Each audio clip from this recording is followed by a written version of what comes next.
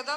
మరి ఒక అసమర్థుడిని ఈరోజు టీటీడీ చైర్మన్గా పెట్టడం జరిగింది, ఒక అసమర్థుడిని ఈరోజు ఎస్పీగా పెట్టడం జరిగింది, ఒక కలెక్టర్ని అక్కడ కలెక్టర్గా పెట్టారు. వీళ్ళెవరికి భక్తుల మీద ప్రేమ లేదు, అభిమానం లేదు, వాళ్ళకి సర్వీస్ చేయాలన్న మైండ్ సెట్ కూడా లేదు.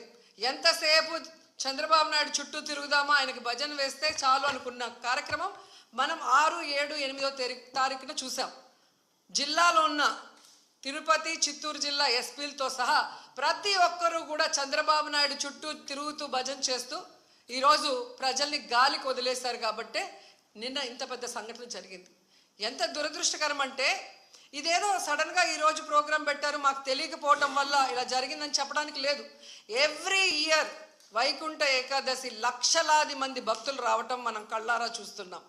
గత ప్రభుత్వం మీరు చూశారు, భక్తులకి ఏ విధంగా సౌకర్యాలని అందించడంలో, వాళ్ళకి సేఫ్టీని క్రియేట్ చేయటంలో, వాళ్ళకు వచ్చిన వాళ్ళకి పిల్లలకి పాలు ఇవ్వటం కానీ, పెద్దవాళ్ళకి వృద్ధులకి షెల్టర్స్ ఇవ్వటం కానీ, ఆడవాళ్ళకి కుటుంబ సభ్యులకి భోజనాలు ఏర్పాటు చేయడం మనం కళ్ళారా చూసాం. కానీ నిన్న ఫుల్ డే జనాలు ఎండల్లో రోడ్ల మీద పార్కుల దగ్గర కూర్చొని ఉంటే మంచినీళ్ళు ఇచ్చేవాళ్ళు లేడు, చిన్నపిల్లలకి పాలు ఇచ్చేవాళ్ళు లేరు, ముసలోళ్ళకి షెల్టర్స్ లేదు, భోజనాలు లేదు. అంటే ఎంత నిర్లక్ష్యం ప్రజలంటే, భక్తులంటే అనేది ఇక్కడ మనం గమనించాలి. నిన్న జరిగింది ఏదో ప్రమాదశాత్తు జరిగింది కాదు, ఇది ప్రభుత్వం చేసిన హత్యలు. ఎందుకంటే చంద్రబాబు నాయుడు గారి నిర్లక్ష్యం, ఆయన నియమించిన టీటీడీ పాలక వర్గం, అలాగే దేవాదాయ శాఖ మంత్రి, అలాగే డిప్యూటీ సీఎం, అలాగే హోంమంత్రి, వీళ్ళందరి నిర్లక్ష్యం వల్లే ఇది జరిగింది. కాబట్టి వీళ్ళందరి మీద కేసులు, అంటే క్రిమినల్ కేసుల్ని ఫైల్ చేయాలని కూడా మేము డిమాండ్ చేస్తున్నాం. ఎందుకంటే మొన్నే మనం చూసాం, తెలంగాణలో ఒక సినిమా ఫ్యాన్ షోకి అల్లు అర్జున్ గారు వస్తే ఆయనకి సంబంధం లేకుండా తోపులాట జరిగినప్పుడు అక్కడ ఒక మహిళ చనిపోతే అల్లు అర్జున్ గారి మీద 105 బిఎన్ఎస్ పెట్టడం జరిగింది. మరి అలాంటప్పుడు ఇక్కడ ప్రతి సంవత్సరం లక్షలాది మంది వస్తారని తెలిసి వాళ్ళకి సేఫ్టీ కల్పించి, వాళ్ళకి అన్ని సౌకర్యాలు అందించి, వాళ్ళకి టికెట్లు ఇవ్వడానికి క్యూలో ఏర్పాట్లు చేయాల్సిన బాధ్యత ఉన్న చంద్రబాబు నాయుడు గారి నుంచి, టీటీడీ చైర్మన్, పాలక మండలి నుంచి కింద స్థాయి ఎస్పీ వరకు మరి అందరూ బాధ్యత వహించాలి కదా. కానీ ఈరోజు ఎంత దురదృష్టం అంటే, ఇది పద్మావతి పార్క్లో 5 మంది చనిపోయిన ఆ ప్లేస్లో జరిగిన ఎఫ్ఐఆర్. దీంట్లో 105 పెట్టాల్సింది వీళ్ళు 194 బిఎన్ఎస్ఎస్ పెట్టారు. అలాగే విష్ణు నివాసం దగ్గర ఒకరు చనిపోయారు, దానికి కూడా 105 పెట్టాల్సింది 194 బిఎన్ఎస్ఎస్ పెట్టారు. అంటే ఇది ప్రమాదవశాత్తు జరిగింది, ఏదో జారి పడిపోయి తొక్కిసలాట జరిగింది, దీంట్లో ఎవరు కూడా కావాలని చేయలేదు, మాకెవరికి దీంట్లో సంబంధం లేదు అని చేతులు కడుగేసే కార్యక్రమం చేస్తున్నారు. ఎందుకంటే వైకుంఠ ఏకాదశి దర్శనానికి వచ్చే భక్తులకి అన్ని సదుపాయాలు కల్పించాల్సిన బాధ్యత ఈ రాష్ట్ర ప్రభుత్వానికి ఉంది. ఈ రాష్ట్ర ప్రభుత్వం ఆ జిల్లా ఎస్పీకి, అలాగే కలెక్టర్కి బాధ్యతనిస్తారు, అలాగే పాలక మండలికి బాధ్యతనిస్తారు. సో వీళ్ళందరూ కోఆర్డినేషన్ చేసుకొని చేయాల్సిన పనిని ఈరోజు వీళ్ళు నిర్లక్ష్యం చేసి 6 మంది ప్రాణాలు బలికొని 34 మంది గాయాల పాలైతే ఎవరికి సంబంధం లేదు, ప్రమాదవశాత్తు జరిగిందని 194 బిఎన్ఎస్ఎస్ పెట్టడం ఎంతవరకు సమంజసం? సో ఈరోజు నేను అడుగుతున్నాను, మొన్న విజయవాడలో హైందవ శంకారావం చేశారు, హైందవుల్ని మనం కాపాడుకోవాలి. మరి ఈరోజు ఇంతమంది హైందవ భక్తులు చనిపోతూ గాయాలవుతుంటే ఎక్కడికి వెళ్ళారు ఈ పీఠాధిపతులు? ఇప్పుడు బయటికి రండి, బయటకు వచ్చి తిరుమల పవిత్రతను కాపాడండి, అక్కడ చనిపోయిన వాళ్ళ కుటుంబాలతో మాట్లాడండి, ఆ చనిపోవటానికి కారణమైన ఈ ప్రభుత్వాన్ని, పాలక మండలిని నిలదీసి వాళ్ళ మీద క్రిమినల్ కేసులు పెట్టేంత వరకు మరి ధర్నా చేయండి.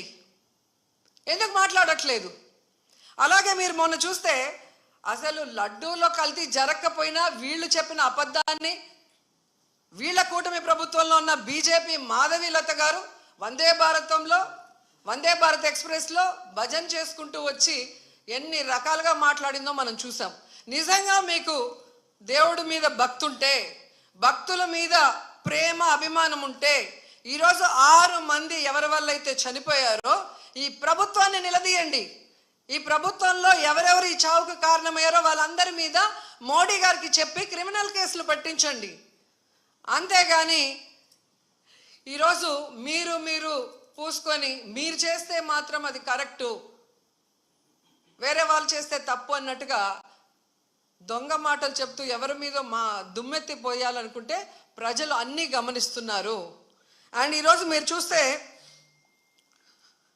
మోడీ గారికి కూడా మేము విన్నవించుకుంటున్నాం, మీకు భక్తి ఎక్కువ ఉంది కాబట్టి ఈరోజు తిరుమలలో జరిగింది పూర్తిగా చంద్రబాబు నాయుడు గారి ఫెయిల్యూర్, ఆయన నియమించిన అఫీషియల్స్ పాలక మండలి ఫెయిల్యూర్. సో వీరందరి మీద విచారణ జరిపించి దీనికి ఎవరెవరి నిర్లక్ష్యం కారణమో వాళ్ళందరి మీద క్రిమినల్ కేసులు వేసి వీళ్ళందరినీ లోపల పెట్టాలి. ముందు వీళ్ళందరితో రాజీనామా చేయించాలని కూడా డిమాండ్ చేస్తున్నాం. ఇక హోంమంత్రి గారు ఉన్నారు, ఎప్పుడు ప్రెస్ మీట్ పెట్టి ఎవరి మీద దుమ్మెత్తి పోద్దామా ఎవరిని మాట్లాడదామా అనుకుంటున్నారే తప్ప వీళ్ళు వచ్చిన తర్వాత ఈ రాష్ట్రంలో లా అండ్ ఆర్డర్ ఎలా దిగజారిపోయింది, మహిళల మీద ఎలా అఘాయిత్యాలు అవుతున్నాయి, ఏ విధంగా మనుషులు చనిపోతున్నారు తోపులాట్లో పోలీసుల నిర్లక్ష్యం వల్ల, వీళ్ళకి కంట్రోల్ లేదనేది స్పష్టంగా అర్థమవుతుంది. సో ఇలాంటి వాళ్ళని హోంమంత్రిగా పెడితే ఇంకెంతమంది ప్రాణాలు తీస్తారో ఒకసారి మీరే ఆలోచించి యాక్షన్ తీసుకుంటే మంచిదని కూడా కోరుకుంటున్నాను.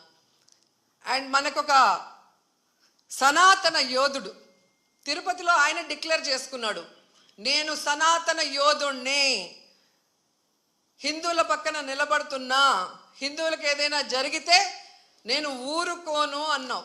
అదే తిరుపతిలో ఈరోజు 6 మందిని మీ కూటమి ప్రభుత్వం చంపేసింది. దీనికి మీరు ఏం ప్రాయశ్చిత్తం చేస్తారు? చంద్రబాబు నాయుడుతో రాజీనామా చేయిస్తారా? మీరు బాధ్యత తీసుకొని రాజీనామా చేస్తారా? లేదా టీటీడీ చైర్మన్తో రాజీనామా చేయిస్తారా? హోంమంత్రితో రాజీనామా చేయిస్తారా? లేదా అందరూ కలిసి కట్టకట్టుకొని రాజీనామా చేస్తారా? మీ అందరి ఫెయిల్యూరే కదా ఇది. నిజమైన సనాతన యోధుడివైతే ఇప్పుడు రా, వచ్చి మీ ప్రభుత్వంలో ఎవరెవరి నిర్లక్ష్యం వల్ల ఇది జరిగిందో వారందరి మీద క్రిమినల్ కేసులు పెట్టించుకోండి. అంతేగాని ప్రమాదవశాత్తు జరిగిందని 194 BNSS పెట్టేసి చేతులు దులిపేసుకోవాలంటే మాత్రం వదిలే ప్రసక్తే లేదు అని కూడా ఈ సందర్భంగా తెలియజేసుకుంటున్నా. అండ్ చంద్రబాబు నాయుడు ఆయన లెగ్గు మహత్యం ఏంటో కానీ ఆయన ఎప్పుడు అధికారంలోకి వస్తే అప్పుడు ఈ రాష్ట్రంలో మనం ఎన్నో చావులు చూడాల్సి వస్తుంది. గతంలో గోదావరి పుష్కరాలు ఈయన పబ్లిసిటీ పిచ్చి వల్ల ఇలాగే గేట్లు తెరిచి జనాలు తోసుకొని ఒకరి మీద ఒకరు పడి 29 మంది చనిపోయారు. మొన్న ముఖ్యమంత్రి అయిన వెంటనే ఈయన నిర్లక్ష్యం వల్ల, ఈయన వైఫల్యం వల్ల దాదాపుగా విజయవాడ వరదల్లో 60 మందికి పైగా చనిపోయారు. మళ్ళీ ఈరోజు చిత్తూరు జిల్లా కుప్పంలో ఉండగానే 6, 7, 8 ఉండి పోలీసులందరినీ తిప్పుకొని ప్రజల్ని గాలికి వదిలేశారు. మానిటరింగ్ లేదు, ఎన్ని లక్షల మంది వస్తున్నారు, వీళ్ళకి ఏం సదుపాయాలు చేశారు, వీళ్ళకి ఎలా టోకన్స్ ఇస్తున్నారు, ఎక్కడ క్యూ లైన్స్ ఇచ్చారు అనేది ముఖ్యమంత్రి పట్టించుకోడు, చైర్మన్ పట్టించుకోడు, ఎస్పీ, కలెక్టరు, అలాగే ఎండోమెంట్ మినిస్టర్ ఎవరు పట్టించుకోరు. బాగా జరిగితేమో మా గొప్పతనం 30 years ఇండస్ట్రీ 40 years ఇండస్ట్రీ అని గొప్పలు చెప్పుకుంటారు. లేదు అంటే గత ప్రభుత్వ వైఫల్యం లేదా అఫీషియల్స్ వైఫల్యం అని ఎప్పుడు ఎవరో ఒకరి మీద దుమ్మెత్తి తప్పించుకోవాలన్న ప్రయత్నం చేస్తున్నారు. ఇది సీరియస్గా తీసుకోవాల్సిన ఇష్యూ. ఈ చంద్రబాబు నాయుడు గారి వైఫల్యం వల్ల, అసమర్థ వల్లే ఈరోజు ఇంతమంది చనిపోయారు. ఆయన నియమించిన వాళ్ళు ఎవరైతే ఉన్నారో వాళ్ళందరి నిర్లక్ష్యం వల్ల జరిగింది. సో వెంటనే ఈ ఎఫ్ఐఆర్లు మార్చి తప్పు చేసిన వాళ్ళ మీద క్రిమినల్ కేసులు పెట్టాలి. లేకపోతే మేమైతే వైఎస్ఆర్సీపీ తరఫున భక్తులకి అండగా ఉండి ఆ చనిపోయిన కుటుంబాల తరఫున పోరాటం చేస్తాం. వాళ్ళకి కూడా ఎక్స్గ్రేషియా ఒక్కొక్కరికి మరి డబ్బులు 1 కోటి నుంచి 2 కోట్ల దాకా ఇవ్వాల్సిన అవసరం ఉంది. ఎందుకంటే మీ వల్లే వాళ్ళు చనిపోయారు, వాళ్ళ నిర్లక్ష్యం వల్ల కాదు. అలాగే గాయాలైన వాళ్ళకి 25 లక్షల రూపాయలు కూడా ఇవ్వాలని డిమాండ్ చేస్తూ, నిజంగా తిరుపతి అమ్మాయిగా నాకు నిజంగా చాలా బాధేస్తుంది. ఎందుకంటే నాకు తెలిసి ఇంతవరకు తిరుమల చరిత్రలో ఇలా వైకుంఠ ఏకాదశి కోసం దర్శనానికి వచ్చిన వాళ్ళు చనిపోయిన దాఖలాలే లేదు. అలాంటిది ఈరోజు 6 మంది దాకా చనిపోయారు అంటుంటే ఆ కుటుంబాలు టీవీల్లో చూస్తుంటే వాళ్ళు ఏడుస్తుంటే మనసు ద్రవించిపోతుంది. కానీ ఈ కూటమి ప్రభుత్వానికి ఏ ఎమోషన్ లేదు, ఏ బాధ లేదు. ఎలా తప్పించుకుందామా, ఎవరి మీద తోసేద్దామా అన్న ప్రయత్నమే వీళ్ళు చేస్తున్నారు. సో ఖచ్చితంగా మోడీ గారిని డిమాండ్ చేస్తున్నాం, మీరు దీని మీద సీరియస్గా ఎంక్వైరీ చేయించాలి. తప్పు చేసిన వాళ్ళ మీద క్రిమినల్ కేసులు పెట్టి వీళ్ళని లోపల పెట్టాలి. అలాగే హైందవ శంకరావం చేసిన ఈ మఠాధిపతులందరికీ చేతులెత్తి నమస్కరిస్తున్నా, ఇప్పుడు బయటకు రండి. బయటకు వచ్చి ఈ హైందవ ధర్మాన్ని నమ్ముకున్న భక్తుల్ని కాపాడుకోవాల్సిన బాధ్యత మన మీద ఉంది. అలాగే తిరుమల పవిత్రత కాపాడాల్సిన బాధ్యత మన మీద ఉంది. అలాగే భక్తుల చావుకు కారణమైన వాళ్ళని శిక్షించే విధంగా మనం పోరాడాల్సిన అవసరం కూడా ఈరోజు ఉంది. కాబట్టి మీరు అందరూ బయటికి రావాలి, మాట్లాడాలని కూడా కోరుకుంటున్నాను. ఈరోజు ఎంత దురదృష్టం అంటే, మొన్న game changer film function pre release event చూశాను. ఫొటోస్ చూస్తే మినిస్టర్ ఉన్నారు, కలెక్టర్ ఉన్నారు, ఎస్పీ ఉన్నారు. ఒక సినిమా ఫంక్షన్కి ఇంత ఇంట్రెస్ట్గా, ఇంత చిత్తశుద్ధిగా పనిచేసిన వాళ్ళు ఎందుకు టీటీడీకి సంబంధించిన వైకుంఠ ఏకాదశికి ఇంట్రెస్ట్ లేకుండా పనిచేస్తున్నారు? ఎందుకు భక్తుల సేవలో ఉండకుండా చంద్రబాబు నాయుడు సేవ కోసమే మీ టైం కేటాయిస్తున్నారని నేను అడుగుతున్నాను. దీంట్లో కల్ప్రిట్ ముఖ్యమైన వాడు ఎవరంటే జేఈఓ ఇన్ఛార్జ్ ఈఓగా ఉన్నారు వెంకయ్య చౌదరి. వెంకన్న దేవుడిని ఆయన చేతికి చంద్రబాబు నాయుడు ఇస్తే ఈ వెంకయ్య చౌదరి ఈ టీటీడీని ఏం చేస్తున్నాడో అక్కడ మీరు ఒకసారి ఎంక్వైరీ చేస్తే మీకే అర్థమవుతుంది. టీటీడీని ఈరోజు టీడీపీ ఆఫీస్ లాగా తయారు చేసి ఈరోజు భక్తుల సేవ కన్నా టీడీపీ వాళ్ళ సేవలోనే వీళ్ళు తరిస్తున్నారు. ముందు ఆ జేఈఓ వెంకయ్య చౌదరిని అక్కడి నుంచి తీసేస్తేనే ఆ తిరుమల ప్రక్షాళన అవుతుందని కూడా ఈ సందర్భంగా తెలియజేసుకుంటున్నా.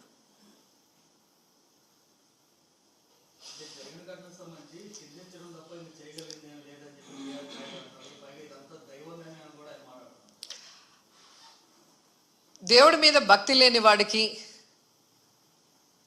ఆ పోస్టు చేసే విలువ లేని వ్యక్తికి అలాంటి పెద్ద పోస్ట్ ఇస్తే ఇలాగే ఉంటుంది.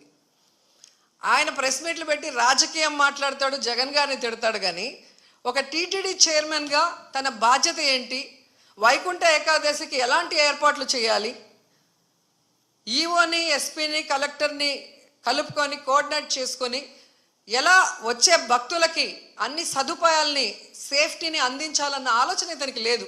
ఇన్సిడెంట్ జరిగినప్పుడు కూడా హైదరాబాద్లో కూర్చొని ఉన్నాడు.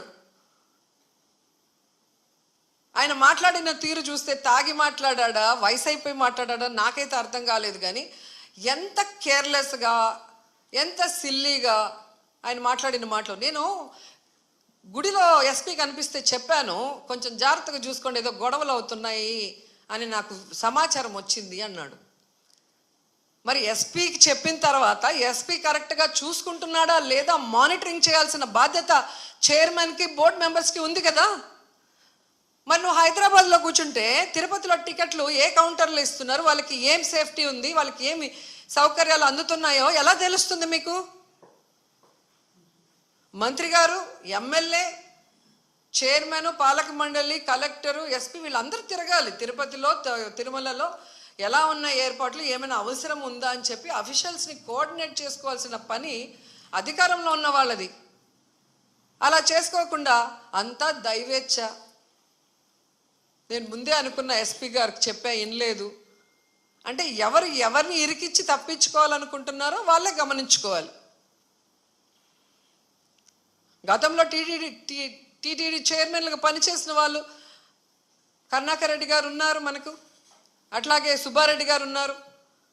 ఎంత చక్కగా భక్తుల సేవలో వచ్చిన వాళ్ళకి అన్ని సౌకర్యాలు అందించి అందరూ కూడా దర్శనం చేసుకొని తరించే విధంగా ఎలా ఏర్పాట్లు చేశామో 5 ఏళ్ల కాలంలో భక్తులను అడగండి.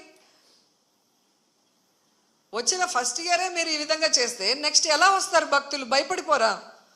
అంటే తిరుమలకి ఎవ్వరు రాకూడదు అన్నట్టుగా అప్పుడేమో ఏదో కల్తీ జరిగిందని అబద్ధపు ప్రచారం చేసి సుప్రీంకోర్టుతో అక్షింతలు వేయించుకున్నారు.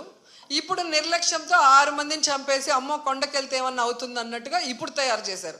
అంటే తిరుమల పవిత్రతను దెబ్బతీయటానికి కంకణం కట్టుకున్నట్టుంది కూటమి ప్రభుత్వం.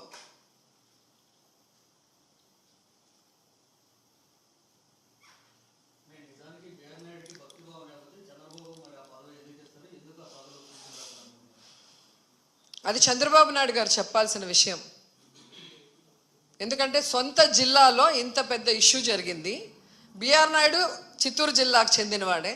మరి జిల్లాలో తిరుమల పవిత్రత గురించి తెలుసు, ఎన్ని లక్షల మంది వస్తారు వైకుంఠ ఏకాదశికి ఇద్దరికీ తెలుసు. వాటికి ఎలా ఏర్పాట్లు చేయాలో చంద్రబాబు నాయుడికి తెలుసు, బిఆర్ నాయుడికి తెలియదు. తెలియనప్పుడు చెప్పి చేయించుకోవాల్సిన బాధ్యత ముఖ్యమంత్రికి ఉంది. అలా చేయడం చేత కాని వాడికి చైర్మన్ పదవి ఇవ్వకూడదు. ఏ లాలూచితో ఇచ్చారో వాళ్ళు చెప్పాలి.